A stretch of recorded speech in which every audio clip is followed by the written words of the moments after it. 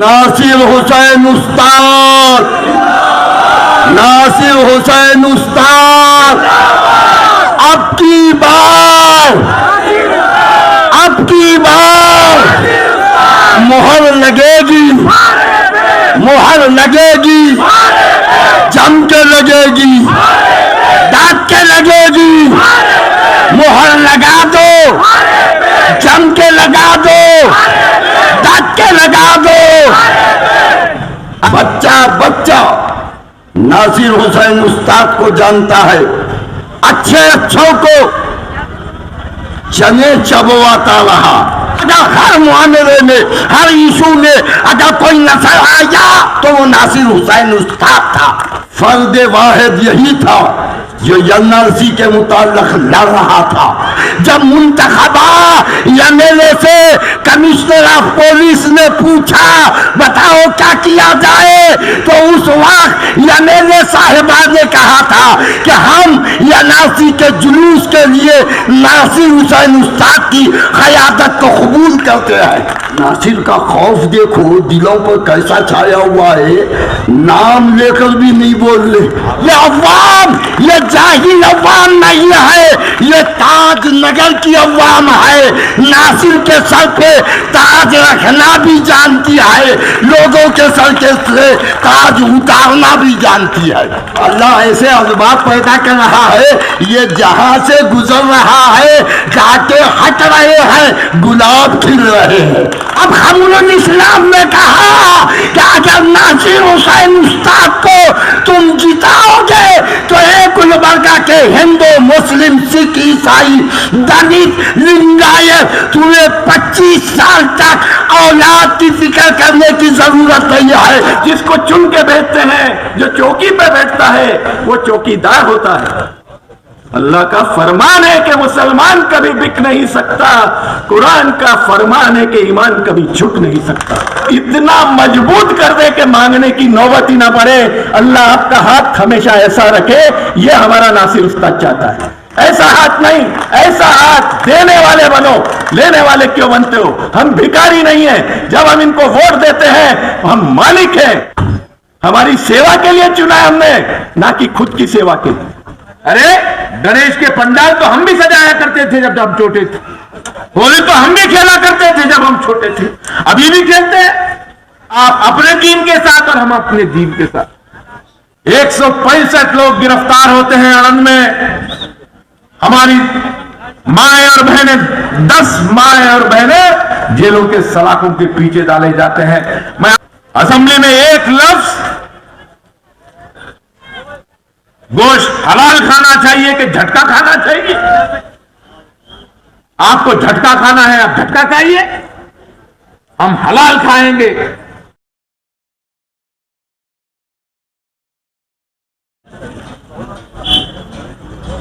मौलाना अब्दुल हकीम वकार अशरफी साहब, गुरमीत सिंह साहब, इब्राहिम साहब, मोइनुद्दीन साहब, हमारे पार्टी के यूनुस खान साहब, नवाज खान साहब, जुल्फिकार अदनान खान साहब, महिला घटक के अध्यक्ष नुसरत बेगम साहिबा, अफजाल साहब, बुजुर्गों, नौजवान साथियों, अस्सलाम वालेकुम रहमतुल्लाहि व बरकातुहू। आदाब।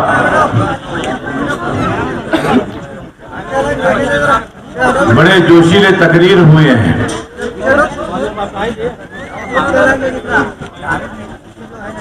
वकार अशरफी साहब, जिन्हें रईसुल खुतबा कहा जाता है, उन्होंने बहुत सी बातें आपके बीच रखी हैं। गुरमीत सिंह साहब, जो कल ही हमारी पार्टी में शमूलियत लिए हैं, सदियों से कांग्रेस के अंदर अपने आप की शनाख्त बनाए हुए सिख कम्युनिटी के एक बहुत बड़ी पर्सनालिटी, आज जिस जिम्मेदारी के साथ हमारे और आपके बीच मिली मामलात और गुलबर्गा शहर के सियासी हालात आपके बीच में रखे हैं, मैं आपके बीच में कुछ ज्यादा बात करने के लिए नहीं चाहता, कुछ बोलना नहीं चाहता। बस इतना कहना चाहता हूं कि हर इलेक्शन में तकरीरों का दौर चलता है, तकारीर होते हैं, तकारीर के जरिए एक मैसेज अवाम को दिया जाता है। सियासी स्टेज पर जो गुफ्तगू होती है, जो बातचीत होती है,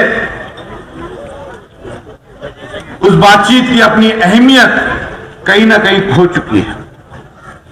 मगर जनता दल सेक्युलर के इस प्रोग्राम में, गुलबर्गा शहर के इस इलेक्शन में जिस किस्म की गुफ्तगू हो रही है, जिस किस्म की बातचीत हो रही है, यह तकारीर नहीं है, यह भाषण नहीं है। यहां पर जो लोग बात कर रहे हैं बड़ी जिम्मेदारी के साथ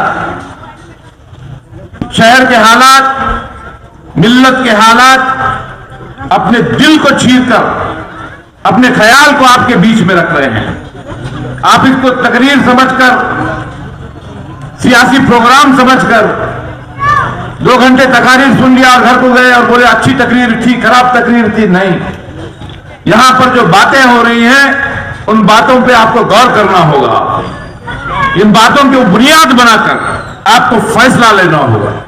जब जाकर यहां पर हम लोग यहां पर जो बात कर रहे हैं, तकरीर देने के लिए, नारे सुनने के लिए, तालियां सुनने के लिए तकरीर नहीं हो रही है। हम यहां पर किसी को तनकीद करने के लिए बात नहीं कर रहे हैं, हम अपनी तारीफ करने के लिए स्टेज को नहीं सजाया है। यह इलेक्शन नासिर हुसैन उस्ताद का इलेक्शन है, नासिर की तारीफ करना है नहीं है।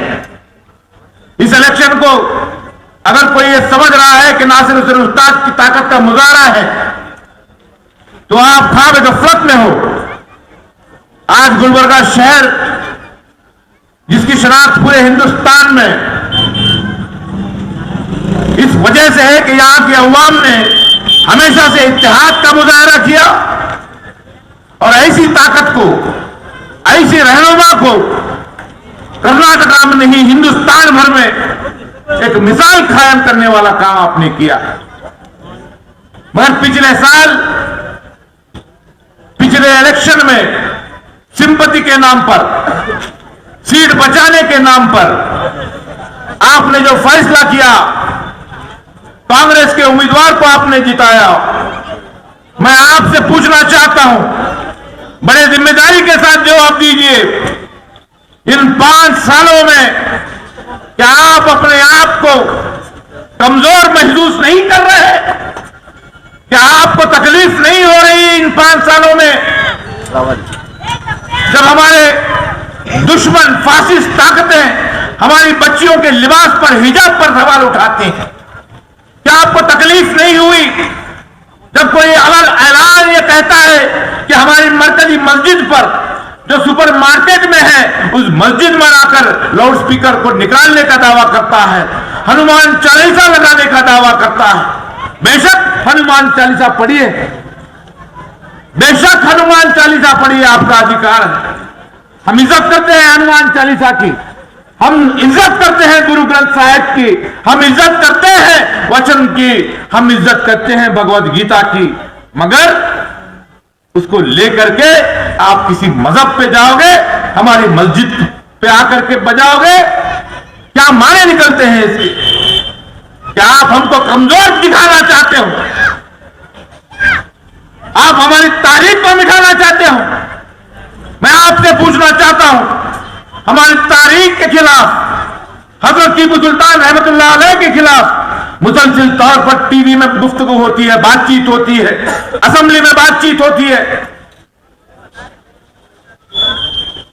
अरब के अंदर हजरत लाल बशाक अंसारी रहमतुल्लाह अलैह दरगाह के अंदर अलग ऐलान ये किया जाता है कि हम वहां पर जाके पूजा करेंगे। कीजिए पूजा, हमने तोड़े। अरे गणेश के पंडाल तो हम भी सजाया करते थे जब हम छोटे थे। होली तो हम भी खेला करते थे जब हम छोटे थे, अभी भी खेलते हैं।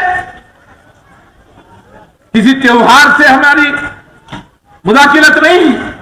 लकुम दीनकुम वलिय दीन, आप अपने दीन के साथ और हम अपने दीन के साथ। इज्जत और एहतराम सभी का होगा, मगर मुसलमानों के खिलाफ एक साजिश के तहत इन 3.5 साल 5 साल 165 लोग गिरफ्तार होते हैं आनंद में। हमारी माएं और बहनें, 10 माएं और बहनें जेलों के सलाखों के पीछे डाले जाते हैं। मैं आपको पूछता हूं, पूछने के लिए आया हूं, क्या आपके दिलों में वो तड़प नहीं थी उस दिन? आप तड़पे कि नहीं तड़पे? तड़पे? बोलिए, आवाज नहीं आ रही। तड़पे कि नहीं तड़पे? क्या आपको ये एहसास नहीं हुआ कि आप कमजोर हैं? कहां थे हमारे इलेक्टेड रिप्रेजेंटेटिव्स? हम हलाल खाएंगे तो हमें हलाल खिलाइए। नहीं, हलाल गोश्त बंद होना चाहिए। इस किस्म की गुफ्तगू, इस किस्म की बातचीत, फैसला आपको करना है। इन 5 सालों में आप अपने आप को अगर कमजोर महसूस किए हो, आपको अगर लग रहा है कि फासिस्ट ताकतें जो अपना शिकंजा हम पे कस रही, जो साबित करने की कोशिश कर रहे हैं कि मुसलमान कमजोर है, मुसलमान हिंदुस्तान के अंदर, कर्नाटका के अंदर 2nd कैटेगरी सिटीजन है, साजिशें हो रही हैं, इनका मुंहतोड़ जवाब देना चाहिए कि नहीं देना चाहिए? हिजाब के खिलाफ उठने वाली उन ताकतों का जवाब मिलना चाहिए कि नहीं मिलना चाहिए? कौन देना चाहिए? किसकी जिम्मेदारी है? सियासी जमातों की जिम्मेदारी है, जो अपने आप को सेक्युलरिज्म लफ्ज अगर सेक्युलरिज्म आता है तो कांग्रेस बाहर आती है, हम हैं सेकुलर, हम हैं सेकुलर।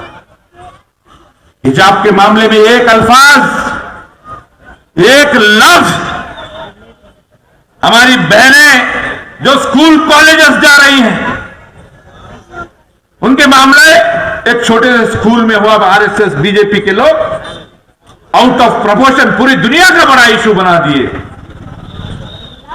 मुसलमानों के वोट के दावेदार, अपने आप को सेकुलर कहने वाले कांग्रेसी, बताइए किसी ने एक बयान दिया हो? शर्म आना चाहिए तुमको। कांग्रेस के प्रेसिडेंट डीके शिवकुमार साहब, शर्म आना चाहिए।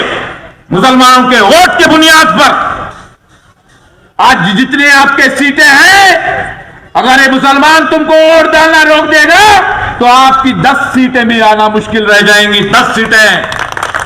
आपका वजूद हमारे से है, आपकी ताकत हमारे से है, और आप अगर ऐलान मीडिया के सामने कहते हो कि गुस्ताख कोई हिजाब के ताल्लुक से बात नहीं करेगा,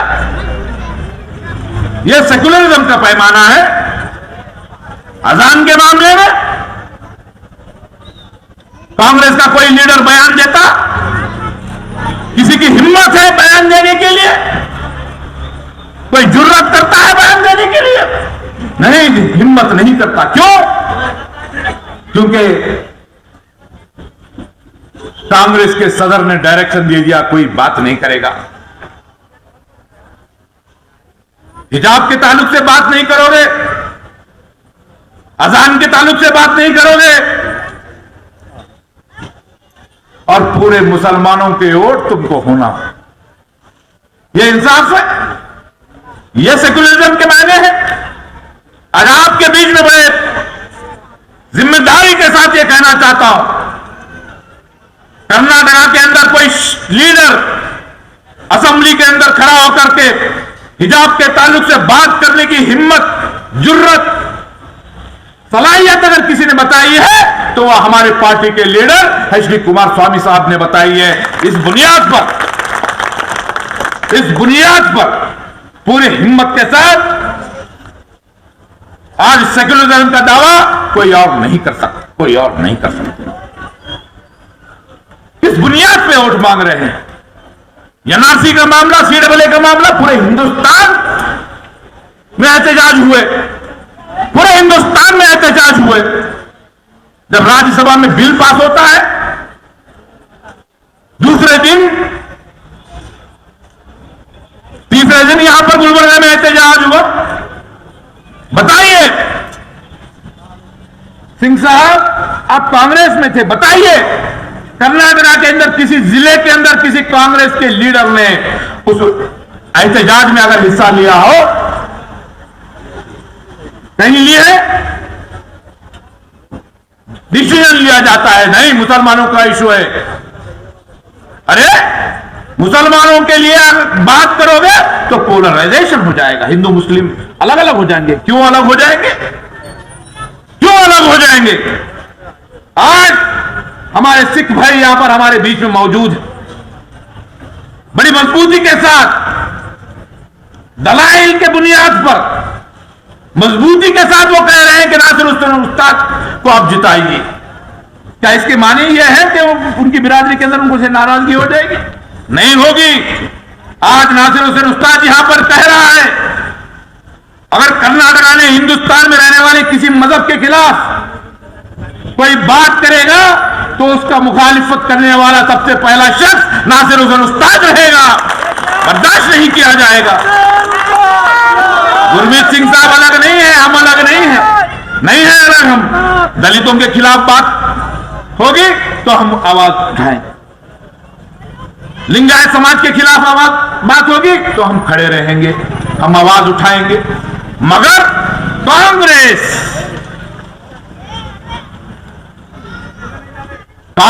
पार्टी सबके साथ खड़ी है, सबके साथ खड़ी है। पंचमशाली रिजर्वेशन होना तो कांग्रेस के 3 एमएलए बाजू, बीजेपी के 3 एमएलए बाजू। एसटी रिजर्वेशन होना तो कांग्रेस के एमएलए बाजू, बीजेपी के एमएलए बाजू। मुसलमानों के लिए जब बात करने की बात आती है, जनता दल सेकुलर से एक भी एमएलए अवाम ने नहीं जिताया है। 7 एमएलए थे, 7 के 7 कांग्रेस के, 7 के 7 कांग्रेस के। बताइए किसी एमएलए ने असेंबली में उठ के खड़ा होकर के मुसलमानों के लिए बात की हो? हमारे हिंदू भाई को जरूरत नहीं है कि वो अपने आप को हिंदू सेकुलर साबित करने के लिए मुसलमान के मुंह से झूठा कहे। जरूरत है?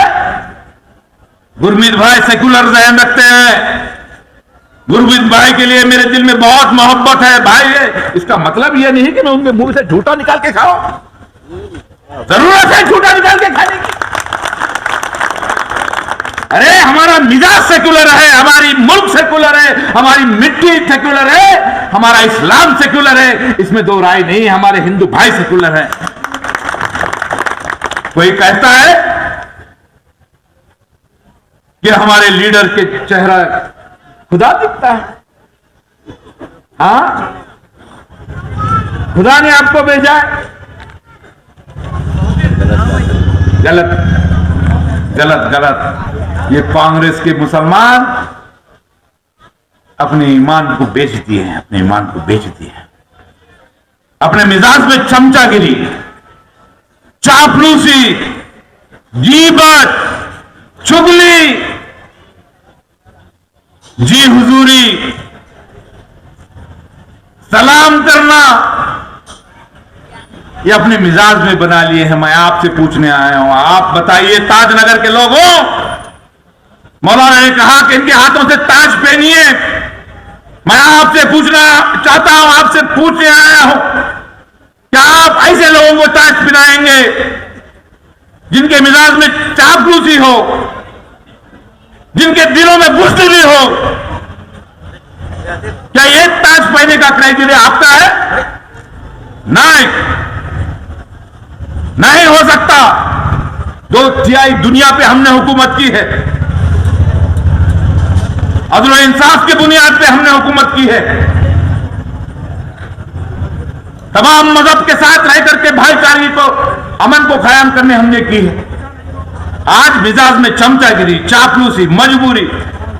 तीसरा इलेक्शन है भाई, और तीसरा इलेक्शन किसी के सामने सर नहीं झुकाया हूं, किसी के सामने सर नहीं झुकाया हूं।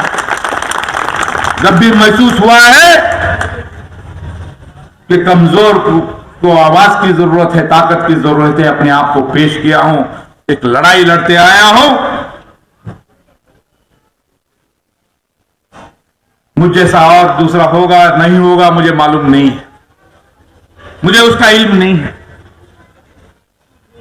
किसी लीडर के, किसी वोट बैंक के बुनियाद बना करके इलेक्शन में नहीं खड़ा हूं।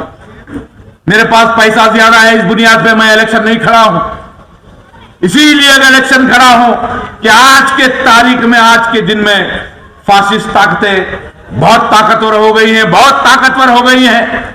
हमको दबाने की कोशिश कर रहे हैं, हमें झुकाने की कोशिश कर रहे हैं। मैं इस कौम को झुकते हुए नहीं देख सकता, कमजोर होते हुए नहीं देख सकता। असेंबली में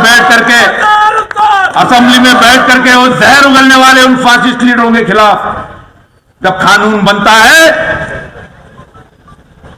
तो मैं घर में टीवी पर देखकर कॉम्प्रोमाइज करने की बात नहीं करता। आइए, नहीं चाहता कि मैं घर में बैठकर आराम से देखो, अरे भाई ऐसा कैसा हो गया देखो। हिम्मत किया हूं, फैसला आपका होना चाहिए। एक आवाज असेंबली में गूंजना चाहिए। आपके तकालीफ के हल के लिए असेंबली में लड़ने वाला चाहिए, फासिस्ट ताकतों के खिलाफ मुकाबला करना चाहिए। तो आप फैसला कीजिए, मैडम चाहिए, मोहतरमा चाहिए कि नासिर हुसैन उस्ताद चाहिए? आवाज नहीं आ रही, हाथ उठा के बोलो। तीसरा इलेक्शन है मेरा, मेरे साथ इंसाफ होना, इंसाफ करेंगे। 10 तारीख के शाम तक आपको दिन रात काम करना है। इंशाअल्लाह ताला इत्तेहाद को कायम किया जाएगा, सीट भी बचेगी, इत्तेहाद भी रहेगा और जो है सही रहनुमा भी जो है असेंबली में जीत के जाएगा। इसका वायदा आपके लिए करूंगा। सीरियल नंबर, निशान क्या है? निशान क्या है? शुक्रिया, अस्सलाम। आप ज्वाइनिंग का प्रोग्राम है।